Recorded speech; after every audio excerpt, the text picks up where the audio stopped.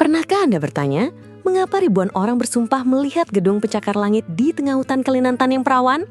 Atau mengapa di sebuah tikungan tajam di Sulawesi Tengah, orang-orang meletakkan sesajen untuk sebuah gerbang yang tidak terlihat oleh mata telanjang? Selamat datang di diskusi tentang Saranjana dan Uwentira.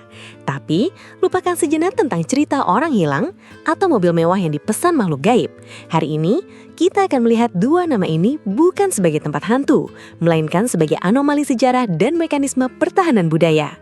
Mengapa peta kolonial mencatat nama yang kini dianggap fiktif? Dan, benarkah kota-kota ini adalah proyeksi dari kerinduan manusia akan tatanan yang lebih adil?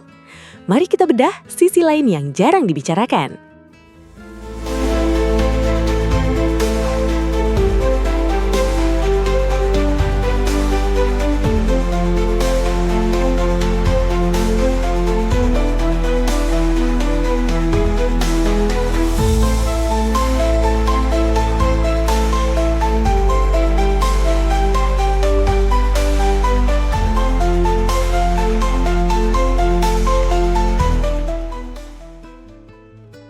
Saranjana dan jejak kartografi yang hilang. Berbeda dengan banyak legenda urban yang muncul dari mulut ke mulut tanpa bukti fisik, Saranjana punya akte kelahiran ilmiah.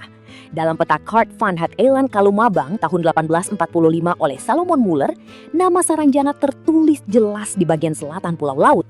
Namun secara misterius, nama ini menghilang di peta-peta berikutnya.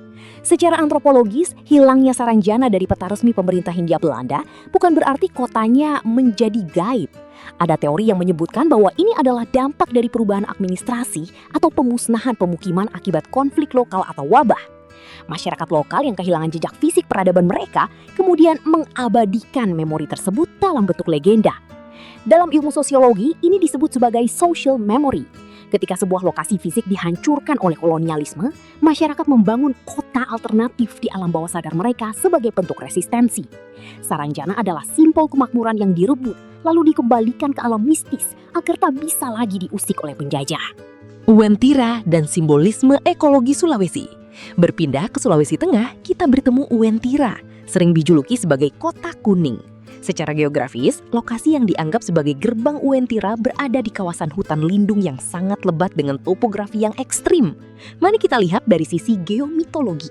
Masyarakat tradisional seringkali menggunakan label gaib atau keramat sebagai mekanisme konservasi alam. Dengan menyebut sebuah wilayah sebagai kota gaib yang megah, secara tidak langsung masyarakat menciptakan hukum adat yang melarang pengerusakan hutan di sana. Uwentira dalam perspektif sosiokultural adalah representasi dari Utanomia, sebuah visi tentang masyarakat yang hidup teratur dan kaya raya. Di tengah ketimpangan ekonomi di dunia nyata, narasi tentang Uwentira yang serba emas dan modern memberikan harapan kolektif. Ini bukan soal penampakan, tapi soal aspirasi manusia akan sebuah peradaban yang ideal. Psikologi massa dan realitas subjektif. Lantas, bagaimana dengan kesaksian mereka yang melihatnya? Psikologi mengenal istilah pareidolia atau hallucination of the familiar. Namun, ada penjelasan yang lebih menarik, realitas subjektif. Bagi masyarakat Dayak atau Kaili, batas antara dunia fisik dan metafisik tidaklah setebal dinding tembok. Secara kredibel, penelitian antropologi menunjukkan bahwa bagi masyarakat lokal, alam adalah subjek, bukan objek. Ketika kita memandang hutan sebagai properti, mereka memandangnya sebagai ruang hidup.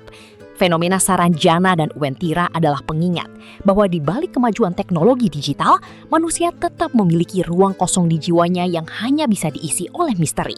Kita membutuhkan kota gaib untuk mengingatkan bahwa manusia bukan satu-satunya pemegang otoritas di planet ini. Saranjana dan Uwentira mungkin tidak ada di koordinat GPS Anda hari ini. Namun mereka ada di dalam sejarah yang terkubur, di dalam peta yang dihapus, dan di dalam memori kolektif yang menolak untuk lupa. Jangan hanya melihat hantunya, lihatlah pesannya tentang bagaimana kita harus menghargai alam dan sejarah yang hilang. Tulis komentar kalian di kolom komentar. Kira-kira misteri mana lagi yang harus kita bahas? Terima kasih telah menonton, dan salam misteri.